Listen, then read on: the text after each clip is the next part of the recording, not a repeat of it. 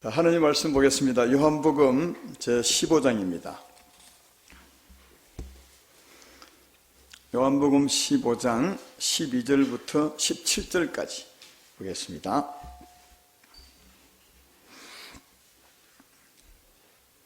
제가 봉독하겠습니다. 내 계명은 곧 내가 너희를 사랑한 것 같이 너희도 서로 사랑하라 하는 이것이니라. 사람이 친구를 위하여 자기의 목숨을 버리면 이보다 더 큰 사랑이 없나니 너희는 내가 명하는 대로 행하면 곧 나의 친구라. 이제부터 너희를 종이라 하지 아니하리니 종은 주인이 하는 것을 알지 못함이라.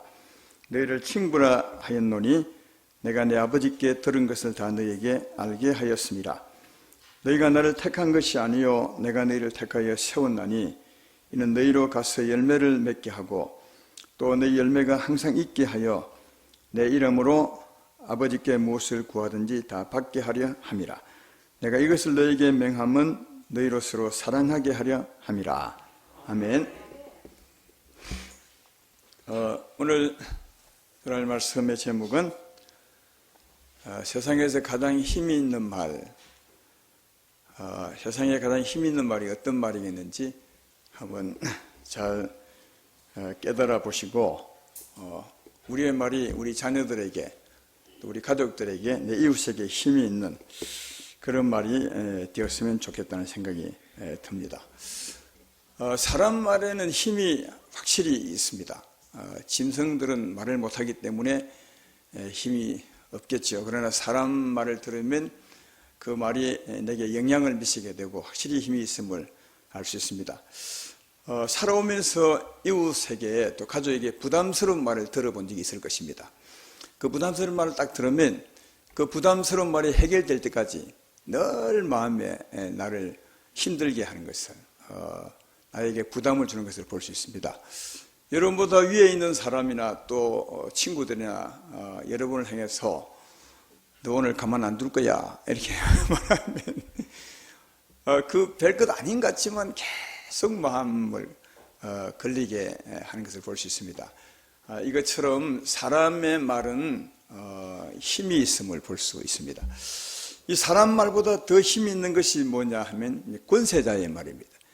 권세자들의 말은 힘이 있기 때문에 그 권세자의 말은 그 말을 수행할 수 있는 힘이 있기 때문에 더 보통 사람 말보다 더 힘이 있습니다. 지난주 얼마 전에 아침에 전화가 왔습니다. 저는 보통 그 핸드폰이 입력되지 않은, 이름이 입력되지 않으면 잘 안 받는데, 왜냐하면 워낙 이상한 전화가 많이 왔어요. 안 받는데 그날은 그 전화가 몇 번 오는 거예요. 그래서 내가 받았더니 여기 경찰입니다 그러더라고요.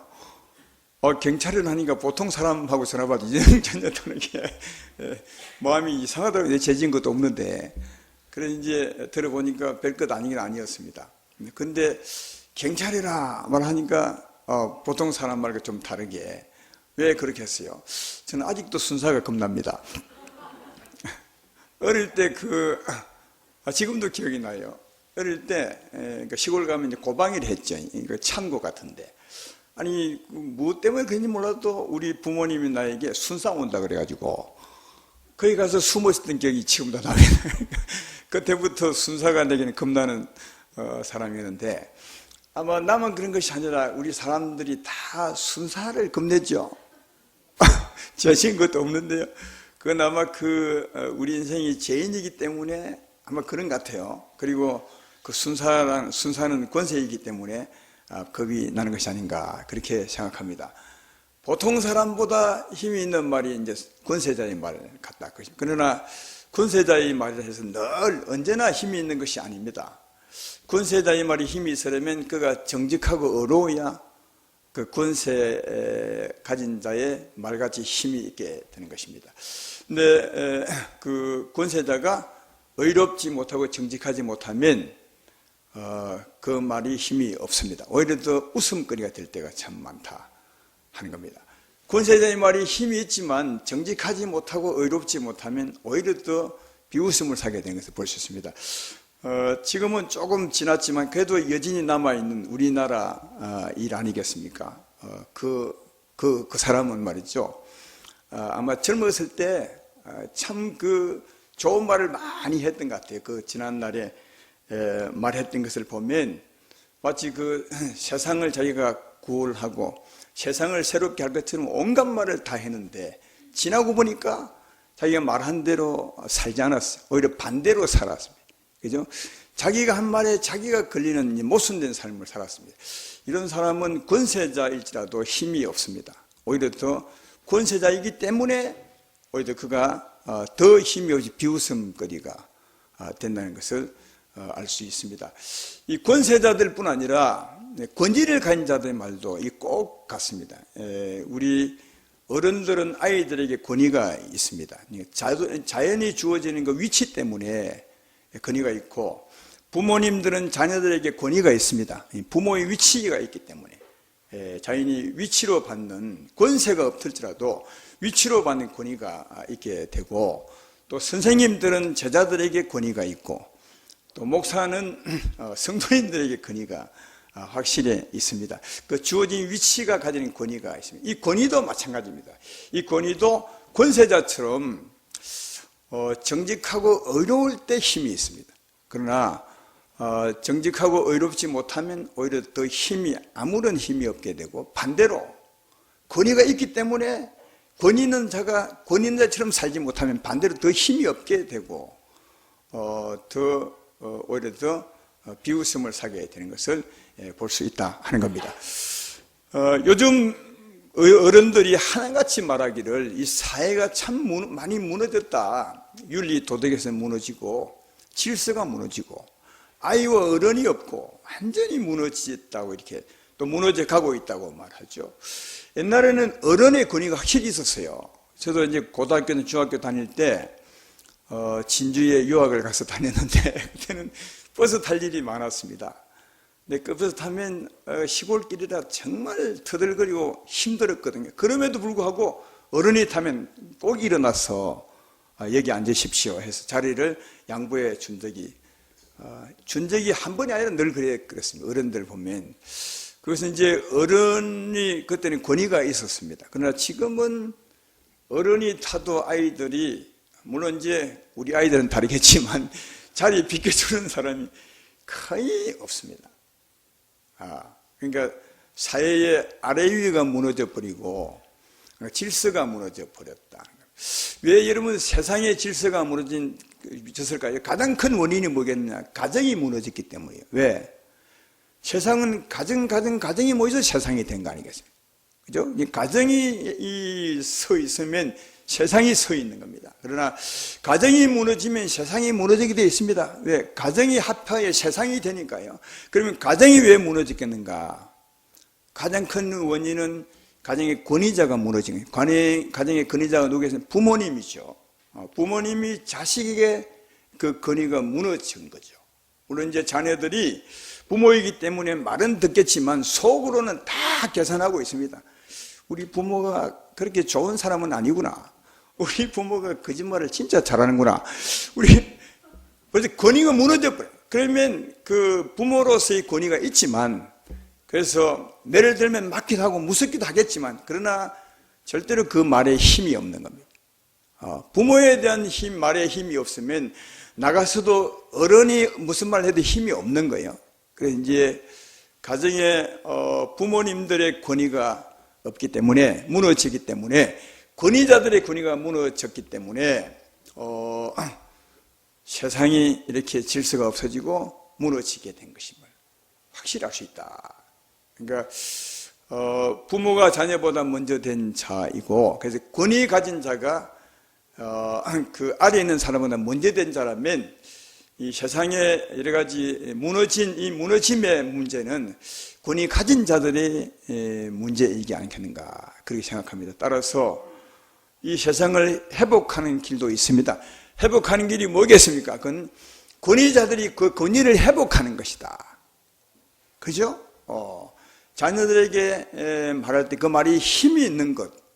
자녀들이 들을 때, 우리 부모를 존경한다든가 이 힘이 있을 때 그때 가정이 회복이 되는 거죠. 제 말 이해되면 아멘 합시다. 가정이 회복되면 저절로 세상이 회복되고 그리 될 수 있다. 그래서 우리는 늘 이미 무너졌으니까 이 세상이 끝나는 길로 가는구나 하겠지만 그래도 작은 힘이지만 가정을 회복시킬 때 내 말이 자녀에게 힘이 있게 되고 자녀가 내 말을 힘있게 듣게 될 때 그때 가정이 회복되고 가정이 회복되면 세상이 회복되어 가지 않을까 그런 생각이 들어서 이 가정의 달에 권위 있는 여러분들의 권위를 세우는 그런 여러분 되기를 주의 이름으로 축원합니다. 다시 말해 권위 가진 자, 권세 가진 자들이 힘이 있으려면 의롭고 정직해야 합니다.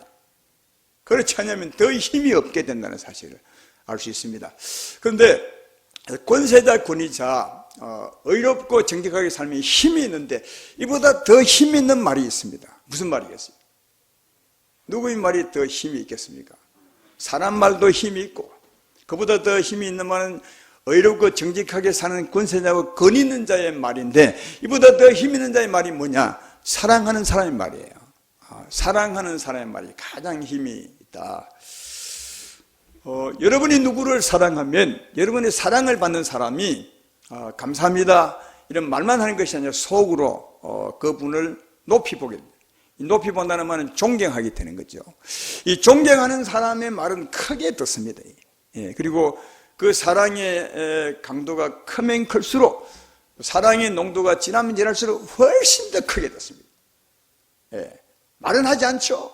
당신의 말이 내게 힘이 있습니다. 말은 하지 않지만 사랑이 더 힘이 있을수록 사랑이 더 진할수록 사랑이 클수록 그 사랑을 받는 사람은 그 사람 말을 굉장히 크게 여기게 된다. 오늘 예수님께서도 이런 말씀하셨습니다. 13절을 보면 사람이 친구를 위하여 자기 목숨을 버리면 이보다 더 큰 사랑이 없나니 그렇겠죠.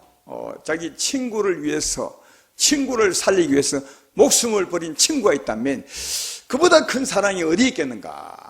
그죠? 그러니까 나를 위해서 목숨을 버린 친구가 있다면 그는 죽었을지라도 아마 살아있는 동안 그 친구를 굉장히 높이며 살 것이다.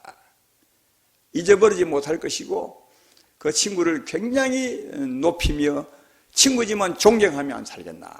그 사랑이 그 사람에게 엄청난 힘이 있다는 사실을 알 수 있습니다. 그런데 오늘 예수님이 친구 얘기한 것은 사실은 이 사람이 자기 친구 위해서 죽었다는 그 말 하는 것이 아니라 그 다음에 보면 누가 누구를 위해서 큰 사랑을 베푸셨는가를 설명하고 있습니다. 거기 뭐 14절, 15절을 보십시오. 이 말이 무슨 말인지 너희는 내가 맹하는 대로 행하면 나의 친구라.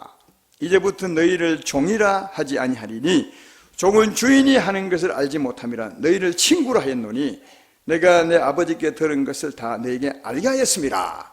그러니까 이것은 사람의 친구를 위해 죽은 것을 얘기하는 것이 아니라 우리의 친구 대신 우리를 친구 삼으신 예수님께서 친구인 우리를 위해서 죽으신 것을 말씀하고 있는 것입니다. 이해가 되시죠? 예수님은 그의 급을 낮추어서 우리를 친구라 여기시고 친구인 우리를 위해서 죽으셨대요. 친구인 우리를 살리기 위해서 죽으셨대요. 이 예수님이 우리 위해서 죽으신 사랑을 설명한 말씀이 이사야 53장 6절입니다. 왜 죽으셨는지 이렇게 기록하죠. 우리는 다 양 같아서 걸어 행하여 각기 제 길로 갔거늘 여호와께서 우리 모두의 죄악을 그에게 담당시키셨도다. 하나님께서 우리를 죄에서 건지기 위해서 우리의 죄악을 예수께 다 짊어지고 그로 하여금 그 죄를 담당하는 길을 죽음의 길을 가게 하셨다. 그렇게 말씀합니다. 이사야 53장 4절로 5절에도 어떻게 죽음의 길을 가셨는지를 설명합니다. 그는 실로 우리의 질고를 지고 우리의 슬픔을 당했거늘 우리는 생각하기를 그는 징벌을 받아 하나님께 맞으며 고난을 당한다 했노라. 그가 찔림은 우리의 허물 때문이요 그가 상함은 우리의 죄악 때문이라. 그가 징계를 받음으로 우리는 평화를 누리고 그가 채찍에 맞음으로 우리는 남을 받았도다. 이런 사랑을 베푸셨죠. 친구인 우리를 죄에서 건지고 살리기 위해서 우리의 죄짐을 짊어지고 죽으셨다. 온갖 고통과 저주를 받고 죽으셨다. 예수님은 이게 세상에서 가장 큰 사랑이 아니겠는가 그렇게 생각하고 있습니다. 근데 한 가지 더 알아야 될 것은 예수님은 단지 우리를 죄에서 구원하기 위해 죽으신 것만 아니에요. 이보다 더 나가요. 우리를 죽으실 뿐 아니라 죽으시고 난 후에 다시 우리에게 찾아오셨어요. 성령으로 다시 우리에게 찾아오셨습니다. 그냥 죽고 끝난 게 아니에요. 죽으시고 다시 우리에게 찾아오셨어요. 왜 찾아오셨느냐? 그가 이 땅에 살 때 우리 위해서 죽으신 그 은혜를 다시 찾아오셔서 성령으로 오셔서 우리에게 그걸 실제로 입혀주기 위해서 다시 찾아오셨어요. 여러분, 이 땅에 사실 때 주님이 우리 위해서 사신 그 은혜가 뭐겠습니까? 우리를 대신하여 사신 은혜가 뭐냐? 그 대신 사신 은혜를 우리에게 입혀주기 위해서 성령으로 다시 우리에게 찾아오셨어요. 여러분에게 다시 찾아오셨습니다. 그의 은혜가 뭐냐? 성경은 이렇게 말하죠. 그가 채찍에 맞음으로 우리가 나음을 입었도다. 그는 이 땅에 사실 때 그 몸으로 온갖 채찍을 다 맞으셨어요. 우리의 질고를 짊어진 거죠. 그리고 다시 찾아오셨어요. 왜요? 그가 우리의 질고를 짊어진 것처럼 다시 오셔서 우리를 치료해 주시려고. 그가 채찍에 맞음으로 우리가 나함을 입었도다. 이 말은 그가 채찍에 맞음으로 우리를 대신하여 질고를 담당했으므로 그를 믿는 자에게 찾아오셔서 실제로 그 은혜, 우리를 치료하고 병들지 않게 은혜 입혀주게 다시 오셨다고 말씀합니다. 뿐만 아니라 그가 징계를 받음으로 평화를 누리고, 이 말은 징계를 받는 말은 우리에 대한 슬픔을 당했다는 말이에요. 그러니까 이 땅에 오셔서 육체만 고통한 것이 아니라 마음으로도 엄청난 슬픔을 당하셨어요. 여러분도 살면서 가장 큰 고통이 뭐죠? 마음의 슬픔이에요. 어려운 일이 있을 때 다가오는 슬픔, 또 이웃에게 당한 슬픔. 이 슬픔이 참 힘든데 예수님이 이 슬픔을 대신 당하셨대요. 왜냐하면 그를 믿는 자에게 찾아오셔서 우리에게 평화를 주시려고. 이 슬픔을 극복하기가 진짜 힘들어요. 그래서 이 슬픔을 극복하지 못해서 너무 힘들어서 자기 목숨을 끊는 자도 많이 있습니다. 이 육체의 어려움보다 이 마음의 어려움이 훨씬 더 힘들다 그래요. 그렇죠? 그러나 예수님이 그 슬픔을 대신 짊어지시고 그것을 끝낸 것이 아니라 다시 성령으로 찾아오셨어요. 그 어려움을 당하는 사람에게 주님을 의지하면 그에게 평화를 주셔서 이기시게 하려고. 할렐루야. 그가 슬픔을 당하시면 우리에게 평화를 주시려고. 그리고 그가 부유한 사람으로서, 부유한 자로서 이 땅에 오셔서 가난하게 되시면 그의 가난하게 되심으로 말미암아 우리를 부욕케 하시려고, 우리 삶을 형통케 하시려고, 우리 마음에 은혜가 넘치게 하시려고. 그죠? 그는 우리의 가난한 죄짐을 대신 다 짊어지셨어요. 이 은혜를 입혀주기 위해서 성령으로 다시 찾아오셨어요. 우리 삶을 형통케 하시려고, 우리 삶을 지켜주시려고, 우리 마음에 은혜가 넘치게 하시려고. 할렐루야. 예. 그러니까 주님은 죽으시고 끝난 것이 아니라 죽으시고 다시 오셔서 이 땅에 사실 때 우리 위해 대신하신 그 은혜를 다시 입혀주고 계시다. 입혀주기 위해서 오셨다는 것을 알 수 있어요. 그런데 이 성경에는 주로 세 가지를 많이 언급하고 있어서 채찍에 맞음으로 나음을 입었고 징계를 받음으로 평화를 누리고 가난하게 되심으로 우리가 부욕케 됐다. 이 세 가지만 하면서 주님이 우리 위해 담당하신 이 세 가지밖에 없느냐? 아니요. 이 세 가지는 모든 저주를 의미하는 거예요. 주님은 죄로 인한 모든 저주를 그 몸에 다 담당하셨습니다. 죄로 인한 모든 저주를 다 담당하셨습니다. 세 가지뿐 아니에요.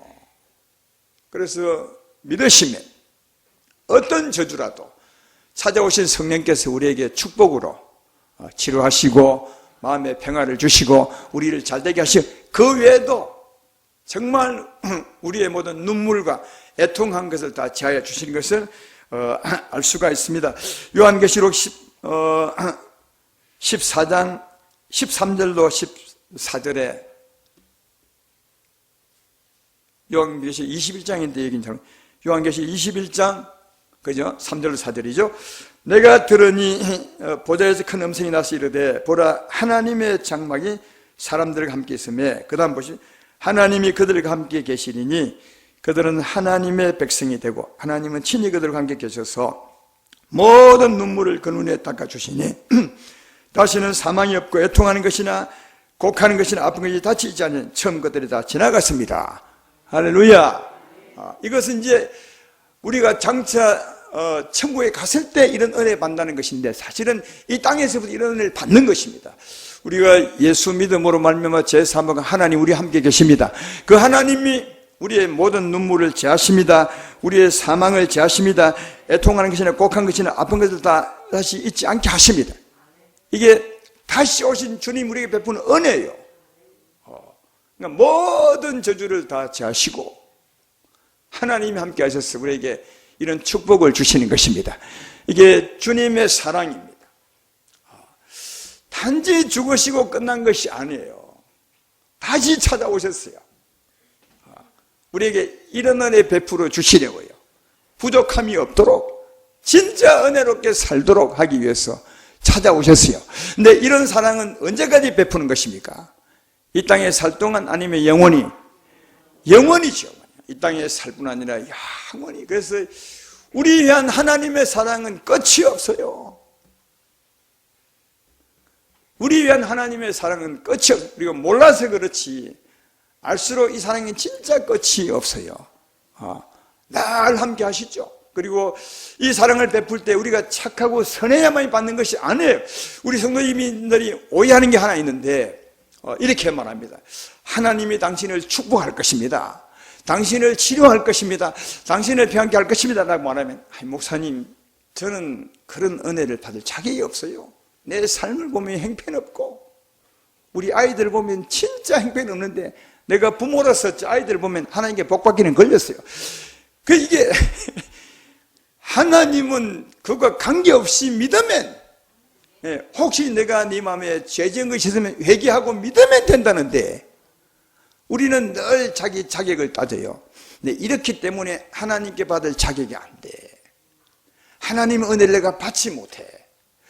혹시 주세움교회 지금 예배, 여러분도 혹시 그런 분이 계십니까? 아니, 저런 분들은 봉사를 많이 하고 저런 분들은 늘 교회에 살고 새벽기도 다니기 때문에 복을 받겠지만 나는 못 받을 거야. 내가 평생에 전도 한번 해본 적이 있나? 평생에 헌금도 쥐꼬리만큼 하고 이렇게 못 받.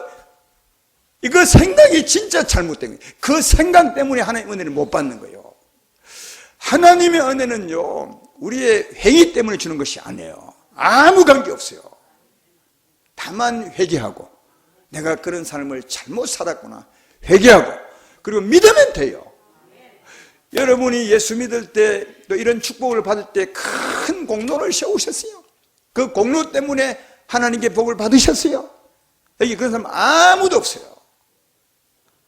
그냥 생판 죄인으로 살다가 어느 날 회개하고 예수 믿었더니 하나님이 영생을 준 거예요. 내 병을 치료해 준 거예요. 내 마음에 평안을 준 거예요. 그러니까 하나님의 사랑은 끝이 없는데, 이 끝이 없는 사랑은 우리의 자격 때문에 주는 것이 아니라 우리의 선한 것이나 우리의 정직한 우리의 공로 때문에 주는 것이 아니라 예수님의 공로로 주는 것이니까 회개하고 믿으면 주는 거예요. 회개하고 믿으면 주는 것입니다. 언제나 누구든지 지금 여러분 삶이 엉망으로 살고 가다가 지금 예배 왔더라도 이 예배 시간에 생각나는 잘못이 있으면 회개하십시오. 주여, 내가 이건 진짜 잘못한 건데요. 그 회개하고 바로 주님을 믿으면 여러분의 병을 치료하십니다. 여러분 마음에 성령으로 평화를 주십니다. 우리의 삶을 주님이 주관하십니다. 형통케 하십니다. 모든 재주를 다 제하시고 하나님이 축복하십니다. 이게 예수로 말면 받는 은혜입니다. 우리의 공로가 거기에 절대 있을 수 없어요. 이걸 진짜 여러분이 깨달았으면 좋겠어요. 하나님은 우리에게 축복하시되 예수의 공로로 주는 거지, 예수님이 대신 저주받으시고 대신 고통을 당하시고 대신 매를 맞으시고 대신 슬픔을 당하는 그 은혜로 주는 거지 우리가 잘해주는 것이 아니에요. 우리는 다만 회개하는 마음과 믿으면 되는 거예요. 이건 누구나 할 수 있어요. 회개하고 믿는 것은 누구나 어디서나 할 수 있어요. 세상에 그렇게 많이 죄를 짓다고 하더라도 지금 이 시간 회개하는 마음을 가지고 믿으면 되는 거예요. 할렐루야. 회개하고 믿으면 주님은 주시는데 영원히 주의 사랑은 끝이 없어요. 이런 사랑을 받은 사람들은 진짜 주님이 너무너무 사랑스러운 거예요. 이 사랑을 알면 할수록 주님이 더 사랑스러운, 그러니까 주의 말씀을 거역할 수 없어요. 주의 말씀이 너무 내게 커. 여러분이 주님을 보신 적이 있으십니까?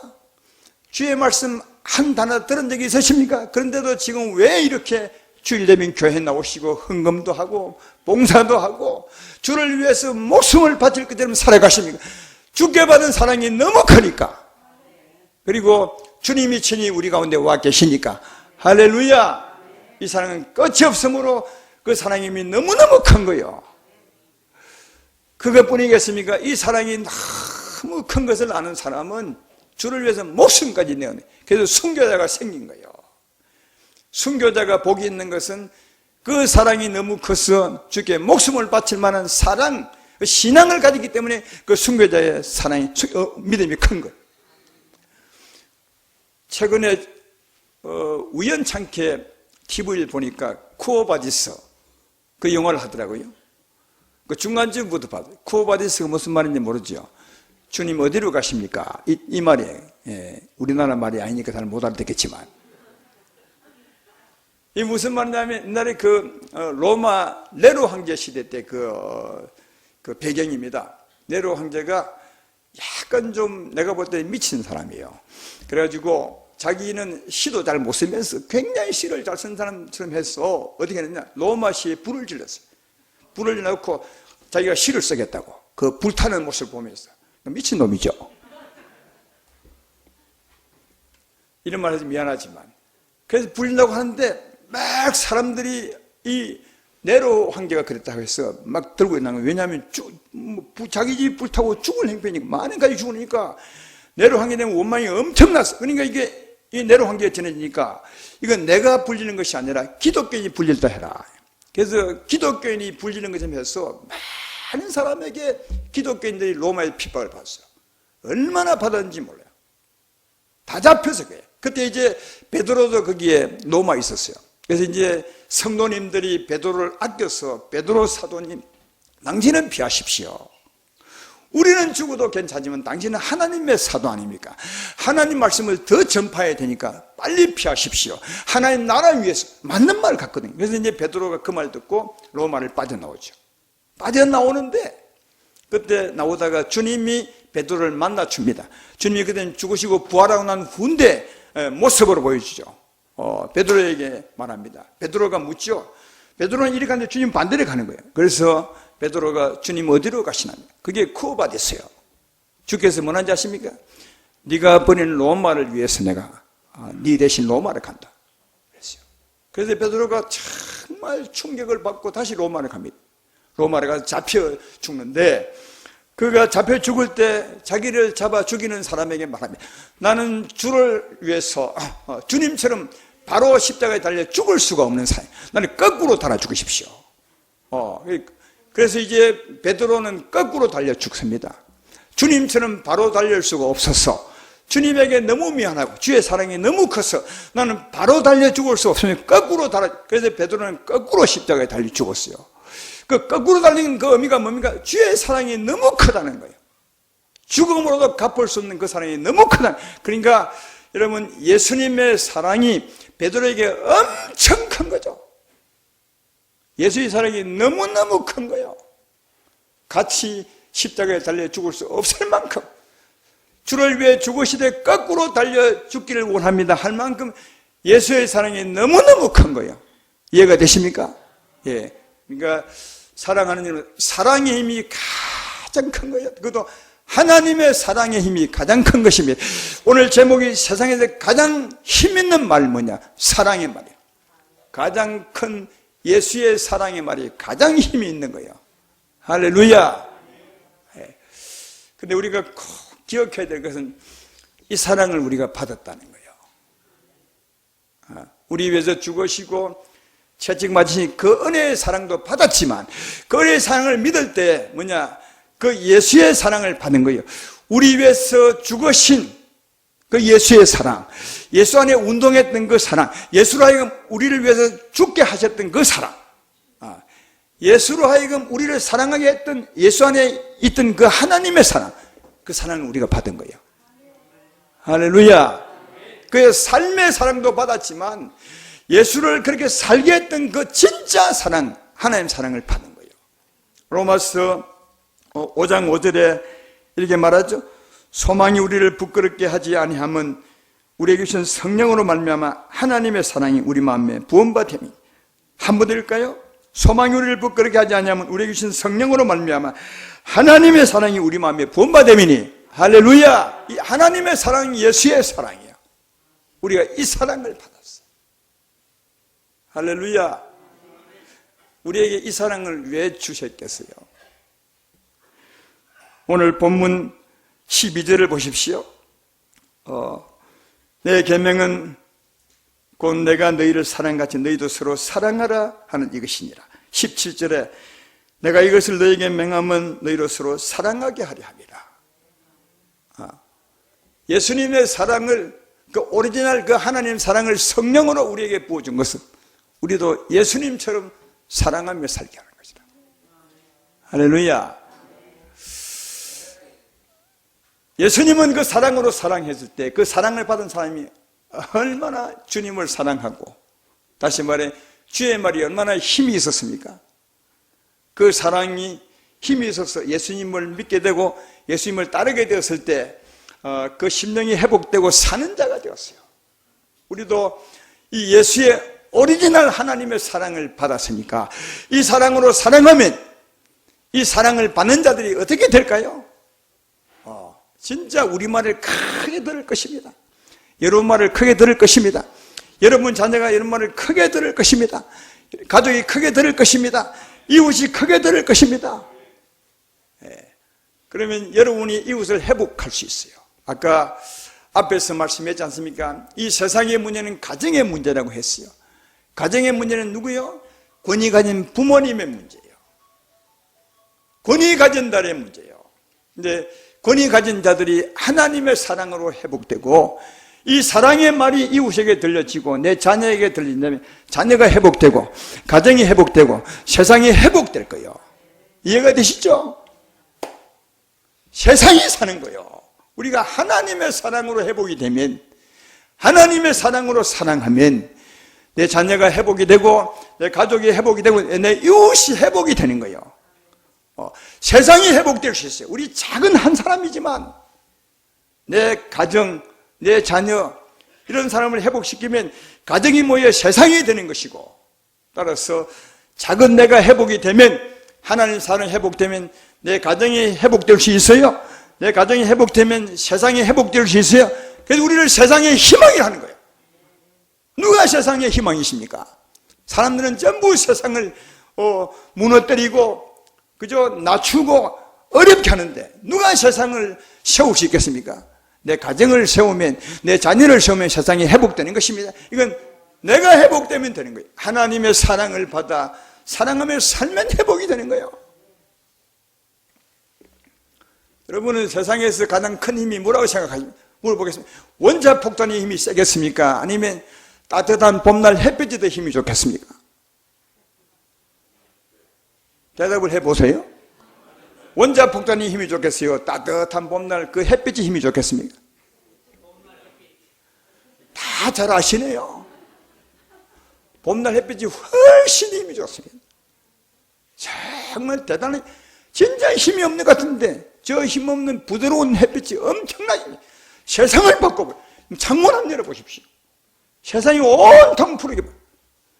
원자폭탄이 힘이 있어서 그 부분만 폭발시, 그것도 죽이는 거죠. 다 멸망시키게 하지만, 나 따뜻한 봄날 이 부드러운 햇빛은 세상을 살려버려.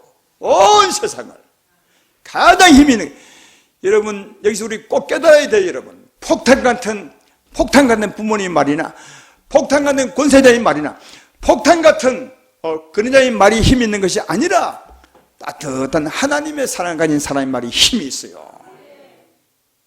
그러니까 하나님의 사랑을 가지. 우리는 막 이래라 저래라 하면 세상을 바꿀 것 같죠. 오히려 더 폭탄처럼 세상을 힘들게 만들고 세상을 죽여요. 하나님은 그렇게 이래라 저래라 말하지 않아요. 그냥 사랑하셨어요. 죽으시고 다시 찾아올 때 끝까지 참으시고 사랑하셨어요. 그랬더니 세상이 살아났어요. 우리가 살아나고 아멘이 살아나고 우리로 말미암아 또 내 가정을 살리시고 할렐루야. 그러니까 폭탄 같은 말이 힘 있는 것이 아니라 우리 부모님들은 가정 권세 있는 자들은 그 권위 때문에 위치로 가지고 폭탄 있는 말을 하면 자녀가 살 것이라고 정말 자녀를 죽이는 거예요. 또 오히려 더 하나님의 사랑으로 만지고 오래 참아주고 따뜻한 말이 그 자녀를 살려내는 거예요. 내 가정을 살려내는 거예요. 할렐루야. 가정이 살면 세상이 사는 거예요. 우리가 이 땅에 사는 동안 하나님의 사랑을 받아 이 사랑으로 예수님처럼 따뜻한 사랑을 베풀고 따뜻한 말을 할 때 내 가정을 살리리라 믿습니다. 이웃을 살리리라 믿습니다. 세상을 살리는, 따라서 하나님의 사랑으로 내 자녀를 살리고 이웃을 살리고 가정을 살리고 세상을 살리는 삶을 살다가 죽게 가야 되지 않겠습니까? 그건 간단합니다. 하나님의 사랑을 받으면 됩니다. 하나님의 사랑을 받으십시오. 하나님의 사랑은 이미 다 베풀어 놓으셨습니다. 십자가로 베풀어 놓으셨고 믿으면 찾아오십니다. 성령으로. 하나님의 사랑 무한 공짜입니다. 믿음으로 받으시고 이 사랑을 충만하게 날마다 채우셔서 사랑함으로 살아가신 여러분 되기를 주의 이름으로 축원합니다.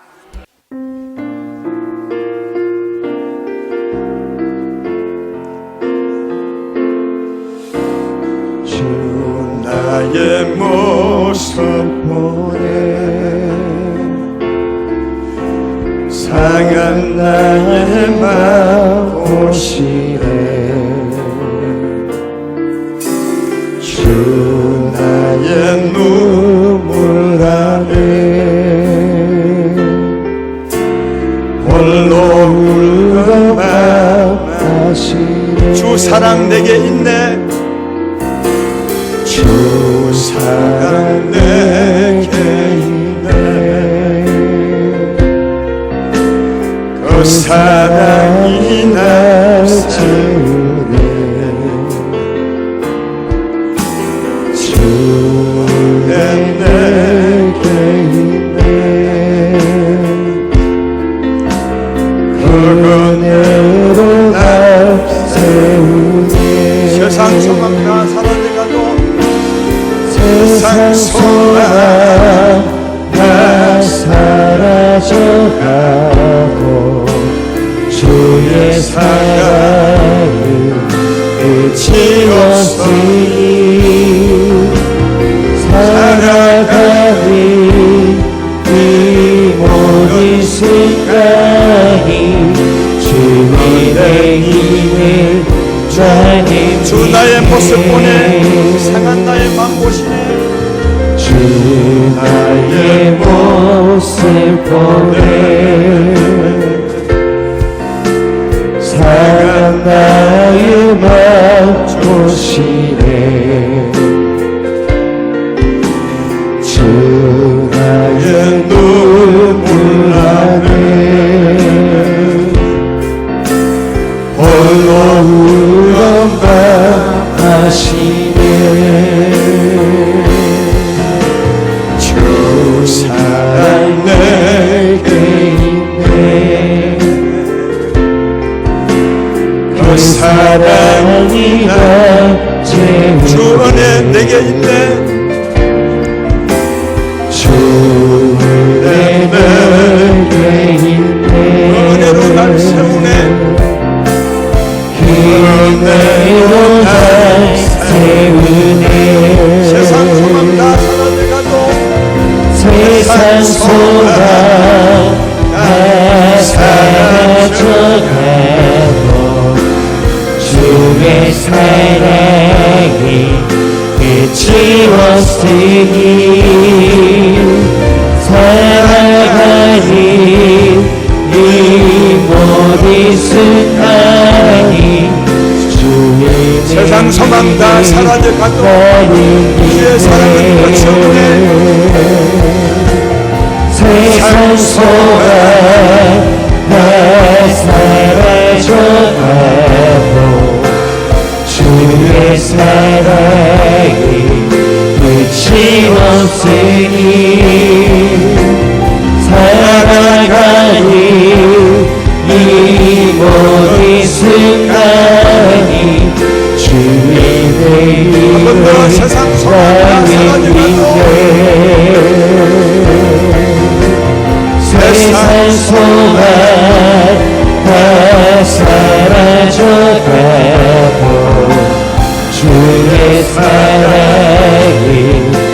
끝이 없으니 살아가는 이 모든 순간이 주의 은혜에 나를 믿네. 좀 아쉬운 게 있는 것은 주님 믿을 때 바로 이런 사랑은 받았지만 그러나 우리 이런 삶을 못해요. 그래도 오랜 세월 동안 예수 믿으면서도 오히려 더 폭탄 같은 말을 많이 했어. 자녀들을 힘들게 할 때가 많죠. 이것을 읽는 게 할 때 참 많아요. 처음 믿을 때부터 바로 되면 얼마나 참 좋았을까. 그러나 늦지 않아요. 우리 하나님은 아십니다. 우리 약함을. 정말 내가 주의 사랑 알고 보니 조금 잘못 살았네요. 정말 죄송합니다. 지금이라도 나를 새롭게 하시고 주의 사랑 내게 있으니 회복시켜 주셔서 주님처럼 사랑한 자 되게 해주셔서 내 자녀를 세우고 내 이웃을 세우고 가정을 세워서 세상에 희망이 되게 해주십시오. 이렇게 하시면 주님이 정말 기뻐하실 것입니다. 또 그때가 가장 빠를 때라고 생각합니다. 주의 사랑 또 주의 사랑으로 사는 건 늦을 때가 없습니다. 알 그때가 가장 빠를 때가 아니겠습니까? 이 시간 우리 기도할 때 주의 사랑이 회복해달라고 기도해 주시고 그 사랑으로 사랑한 자 되게 해주시고 또 내가 내 가족을 내 이웃을 회복하는 세상에 희망되게 해달라고 다 같이 기도하겠습니다. 하나님 아버지 감사합니다.